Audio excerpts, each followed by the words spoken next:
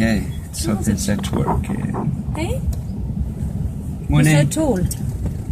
Hello. Let's hope it works. In our little disco box. Ooh, It's right out there. Good morning. Good morning. Good morning. Welcome. Hello. Hello. Hi. It's a windy Thursday, and we're having a coffee date in our cabbie. At the beach. At the beach, looking for whales. So, I'm sorry I can't show you the view. You get to see the grassland behind us. But unfortunately, the sun's not in the right place because it's early in the morning. It's not that early. And it's 8 o'clock and everybody's awake. Yeah, we're looking for whales. And I can't show you whales and look for whales and talk and have the sun in the right. Yeah. Don't forget we're having a date. Hello. I love you. So yeah, man, somebody's got to lose out, and it's not going to be me. Just kidding. All right. We also can't shine it. We can't turn the camera around because the sun is in a different place. We're in a strange place. Yeah, and the tide is in, and it's high. It's high, and it's like little tsunami waves coming in. So yeah, super high. Shoo. It's so cool. Yeah, we've not seen this in a. We've seen the low version of this. Is it a neap tide? Eh? Yeah, I mean, look spring how far tide, out the spring tide or neap tide. Out. Yeah, and they come long in. So we've always seen the out tide of this, and now we're seeing the in tide. I'm going to see your face. There we go. Okay, sorry. Yay. We're in our car by the beach because the wind's so manic. But the sun is shining. Yeah. Yeah, so that's nice. The first real day, the sun shined a little bit yesterday. So how's the coast going for you? Yeah, it's cool. I don't know why we don't live here. Why don't we live here? It's so crazy. Chasing fame and fortune, eh? Yeah, Joburg. Yo. Yeah, otherwise it's cool. You moved our tent for us. First 5 days of camping were like hideous. We didn't sleep very well. Did you not see us in the other one? People were like commenting on Barry's dreads and looking wild. And then I got home from work yesterday and Barry our tents were in a different place. We could hear the wind around us the whole night, but we did not. The tent didn't move. Yeah. It was so cool. Location. So thank you, Bundu Bears. Hey, thanks. So cool. Yeah. It was nice to have a break in the cuck weather. Yeah. You know, and we're a bit further from the toilets. Yeah, that's a long, scary walk at night, I have to admit. Sorry, but you're very brave. You went on your own last night. Yes. Check. Which is cool. I can't be asking you to take me to the toilet. No, I will. I know you will, but still. Oh, that's so cool. Okay, what are you up to? Yeah. What you been up to? Yeah, man, we've been on our hunt for whales. Yesterday we had an amazing whale sightings, hey? There's been some... playing in the water. Babies jumping out of the water, mimicking their parents. It's so cool. Yeah, and to think this area that we're looking at... So the first year that they started whaling here in Durban, 1907, I think, or 1908, or somewhere like that. They brought in 282 whales. In the first year of whaling. Yeah. Okay. 282. Hey, amazing. And then it only got more and more and more. And whaling stopped in Durban in 1975. So, sure, the year after I was born. Yeah, the year before I was born. Amazing, eh? To think, that's not that long ago, 45 years ago, they stopped killing whales off the Durban coast. Yeah. There's a cool, the old whaling station is like a 5 kilometer hike, 2 kilometer hike, 3 kilometer hike. Yeah, I think where maybe the building still stands, and that big crane arm is still there. And then I figured out what the railway tracks were. Wow. So they never loaded the whales from this side, from the seaward side. They went into the harbour. And then they loaded them onto big tracks, big train thingies, and then sent them to the 2 factories that we've seen. Yeah, and there was a big thing. Joshua and I, we went to the Sharks Board the other day. Yeah. Oh, it was terrible. It was cuck. Unfortunately, anyway, like everything, I'm not complaining. There was a cool little display, like a museum thing. And there was a whole story about how the Durban anglers, the fishermen in Durban Harbour, how they were like called the 1,000-pounder club. Sure. And there were a handful of shark fishermen in Durban. It's getting stronger and stronger. Can you feel it? Yeah. Yeah. That just hunted big sharks, man. 1,000-pound sharks. So okay, but over 500 kgs, half a ton fish. What was the highest recorded number in a certain year? Of sharks? Yeah, whales that were... just under 1,500. Yeah, so I think 1,300. I might be, but if I'm wrong, I'm wrong by like 20 or 30. You know what I mean? But after 1,000, after 100, does it really matter? Well, after one. You know, so schematics and yeah. But anyway, scary. What did they use the whales for? Oil usage. Yeah, oil, candles, burning lamps, lipstick. No. I think it went for dog food and stuff. But it was mainly used in the beauty industry. Dog food. Yeah, maybe. It's quite crazy, actually. I wonder if the dog could sense that the whale was 1,000 pounds. You know what I mean? Because you can't. No, that was the sharks. The sharks. Or 1,000 pounds, half a ton. Yeah, massive sharks. Hectic. Anyway. Okay. Interesting. All right. Yeah. Hectic. Some interesting history of Durban in the old days. Yeah. Yeah. Yeah. You guys should check out the radio station. That's so funny. That's the first time ever. Okay, yeah, you know how it goes in the world of Bundy Bears. We've got to make plans. And then it's no Bundy Bears. There we go. Oh, sorry about that. Okay. I'll have to hold it. Otherwise? Yeah, listen, I think thank you for everybody. We got some really cool hellos and interaction in our last one. It was quite crazy. Yeah, man. Please note the sun is shining. Yeah, we're happy. They do say rain is coming over the weekend, but I see we got some close friends. You guys are there. I might not have phoned you yet, but you're just a phone call away, so you might hear from me. And thank you for the support. And just know that we really do enjoy doing this. So it is fun, and it allows us to be independent and not rely on people, and still do what we need to do, which is important in this world. Get down and do it. Eh? Well, I was asked a question this morning. How is it that you and Barry and Joshua can live so free?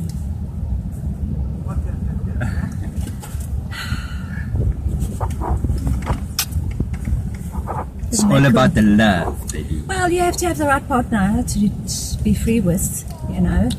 Yes. And our priorities are very different. It's not money. Yeah. It's each other, you know. And if we're okay, then the kids are okay. And, you know, if I'm okay, you're okay, and vice versa. So it's all about your partner, first of all. Yeah, true. Yeah, second of all, you need to free yourself from all that crap of going to work every day. That is not okay. If your job is a terrible place to go to, then you shouldn't be doing it. So, you know, change your priorities. Our priorities are not our corporate jobs and our bosses. And I think that was the biggest change for me, was just walking out of corporate and not entertaining that lifestyle any longer, which means no more alcohol, no more drugs, no more this, no more no more jewelry, accounts, no more. We don't. It's not about the image. No. Yeah, okay. The day we gave up alcohol was a big thing. Yeah, it was definitely... That shit kills you, so... Yeah, and I'm... Yeah, okay, I have agree. a sober relationship. Sober relationships are quite amazing. You don't have to be all drunk all the time. Yeah, absolutely. Yeah. So that's how we live free, I think. Okay, yeah, well, yes, today. But it sounds quite simple, I think. But it's taken, we've been together, 14 years, and we didn't just wake up last month and decide to do this. It's been long and hard. It's actually been a 10-year journey, in truth, eh? Yeah. Joshua, our son, is now 11, and I think, it's really, really started when he was about to turn 2, I think. Once you as parents get through that whole thing, and then you look at your life and where you're going and the future of your we already were outdoorsy and well, I wasn't. Yeah, but I became outdoorsy. Yeah, but you were keen to travel and see things. So we already had that adventurous spirit, And then we just made decisions and choices, and some were cool, some were not cool, shite. Some were cack. However, it all followed a line, and it's allowed us to be where we are today. And we've lost a lot. And we've gained so much. Yeah. And our friendship circle is no longer who it was, which is a huge thing, because a lot of my friends were holding me back. Like, oh no, going traveling would be a terrible idea. Why? Yeah.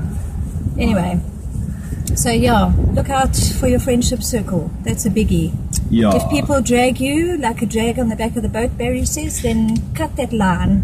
Cut that line and feel the freedom. Anyway, so shout out to my friend Natalie and to our buddies Natalie and Warren. Yeah, blessings to you guys. Yeah. Cut those lines. Yeah. It's okay. And very often when you want to step off the path that you're on, that first 2 or 3 steps is quite a mission. Normally it's over a big rock or you got to jump a small stream, or you know what I mean. There's something normally that's kind of makes it wobble. But once you get over that, then there's a path ahead of you, and normally it's quite straightforward. It's just that first wobble, And again, because we always question ourselves, and I think that we don't trust ourselves enough. Yeah, we don't trust in our own abilities and our own skills. Yet we go to school for 12 years and learn all the shite. Crazy. If we were doing this ramblings from day number 1, you would have seen just how hard it really was. And it is hard. It's hard to not have the finances to go and buy a new pair of shoes every month, or buy your kids what you want them to have, because kids generally don't really want a lot.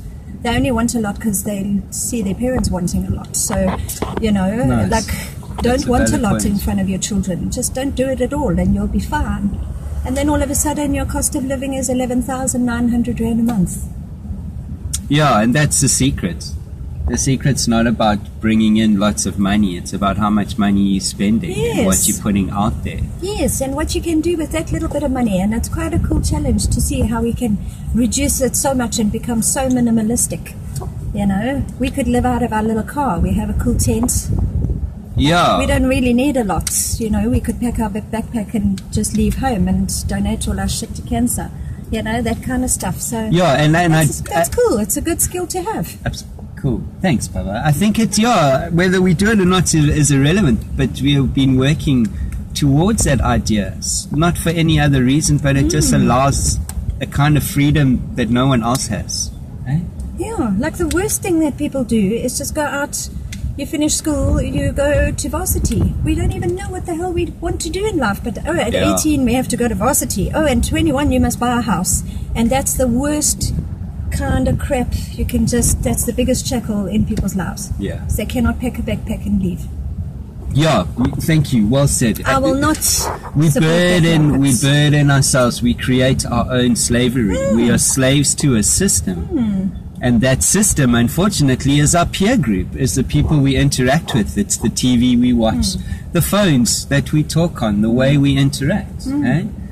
Why? Yeah. Because let's be honest, are we not all motivated people? Are we not driven to want to be good and compete and be the winner and get ahead and be better than the next person? Of course we do. I do. I know my lady does. Today, but that's from a certain age group upwards. Okay, but we have this competitive drive to succeed, and I hope my boy will have it. Yeah, but and it's been created by the system that was created before our parents, generations ago. 1907. You see, yeah. So, I think to want to be free and the idea of living free, I think you've got to really Bob said it the best: emancipate yourself from mental slavery. Yeah, get away from the norm, the thinking. You know, I have friends that drive nice cars and buy houses and go on holiday every month, but when lockdown hits, they're crying. Yeah, and then, but still, you know, and I think, oh, that's your thing, and I wish I was. Sometimes I go, yes, I wish I was in your situation. Not because I do the same thing, just I would use the money differently. But that's why we're not in the same situation. That's why we don't get given the opportunities that other people give, because we're also not bullshitters. We're not going to bullshit you. Yeah. You know? Yeah. Yeah. So it's our choices we make. But if you want freedom, you gotta have to make some funny choices. And only once you've made them and you start your path do you realize that it's actually quite cool. Yeah? On that note. The most important choice is decide how you're going to get out of bed in the morning. Hey. Yeah. That's my main choice in life, is I choose to be happy. Choose to be happy, or you choose to be sad. Yeah. That's my biggest choice every day, is how I'm going to start my day. Cool, eh? Yeah, so if your partner wakes up in a shitty mood, makes it a bit hard for you to start your good day. So kick their ass, take him on a coffee date, smoke a joint, and start your day great. I should be taking him on more coffee dates to sort out his shitty mornings. No, I'm joking. Yeah, I love you. Enjoy your day. Yeah, everything is cool. I have to go to work. Happening. Oh, it's sad. I see there are whales out there. Yeah. I haven't been paying attention, but they are blowing. Yeah, yesterday was hardcore. They were just jawling. Even a lady just watching me looking through the binoculars, and she immediately spotted them just by the direction I was looking in, because they were just having a jaw. So yeah, and I see people don't pay attention. There's one right out there. People just don't pay attention. It's amazing. People walk up and down this beachfront. It's a really nice road. And they stare at the ocean all day long, but they don't see things. Not our buddies, though. No, but our buddies are Our pros. Chinos are cool. Yeah, they know exactly what they're looking for. People know we have clever friends, you know. That's why we are who we are. Because it's actually all about our Chinos. We just don't tell everyone that. No. They can't think they're that important. Yeah. Okay, Sammy, I just want to say, just quite important, in our last little ramblings, when I was all wild and I spoke a bit about choices and people making choices. You remember that thingy? So it turns out, on that day, a whole lot of crazy stuff happened at a little town in the Free State. And now it is 2 days later. We're on Thursday. Yo, man, and the world is going crazy. The world is going crazy. Mainstream media is off the hook. Yeah, and all of a sudden, that little town is like famous. Worldwide. Yeah, it is quite a little one-horse town, I just want to say. I think it's great. It's been a topic of discussion. Wow, did you see how the Boer knocked over that police van? Wow, did you see? I want to just put our thingy out there. Half of South Africa can toy and shut down the whole of KZN. And burn and loot shit. Happens. And nothing happens. Let the Boer stand up for themselves. Respect to the Afrikaans farmer. Yeah. Respect to all farmers. Respect to the Boer. Yes, my lady does. Me, I'm a African English, so I have no allegiance to anyone. But I just think right is right. And respect to yours. I'm putting my stake in the ground. I think that what the farmers did, I think more will come. I think they were justified in what they did, and they showed the world how to protest peacefully. And if people wish to think that was not peaceful, then please don't listen to mainstream media, especially E-News. Those oaks, ENCA, whatever, those oaks suck. I just also wanted to say, go check out a YouTube dude by the name of Scott from Loving Life. You know, I don't care whether you agree with him or not, but he's just telling it like it is. Yeah, Loving Life, go do yourself a favor, check it out, subscribe. Respect to him as well, man. People gotta know the truth, and I see there's a whole lot of us white people in this country and in other parts of the country. We like to make excuses, and we don't want to talk about the truth. So I'm a liberal. but I'm also not a liberal. And we should start the dreadlock party, guys. Come on. Yeah, I Who's think. Who's going to give us that money so we can start the right party in this country? Yeah. Yeah, that's just something I needed to say to all you beautiful people out there, because I see we have a following and we talk, and I'm not the only vocal one, and everybody kind of on the same page. So there's some very vocal YouTubers out there. Yeah, for you guys not in this country of SA, if you are wondering what's happening and you're reading all the media, man, don't check out the media, rather speak to me. Yeah. Otherwise go to Loving Life channel. Even the morning shots. Cool. Man, he's cool. And Mr. Big Daddy, I'm just giving a shout out to the cool YouTubers. I see South African YouTubers are talking and coming together. So there's a lot of info out there. It's time to wake up, people. And I know I'm probably talking to the converted. Sounds like a preacher. It sounds like a preacher. But yeah. I love you. Thank you. We love you. On that note, blessings to all. Thanks for joining us. See you later. See you later. See you later. Yeah, man. We're upgrading our car today. All right. We're just getting tired, from the guys. bluff.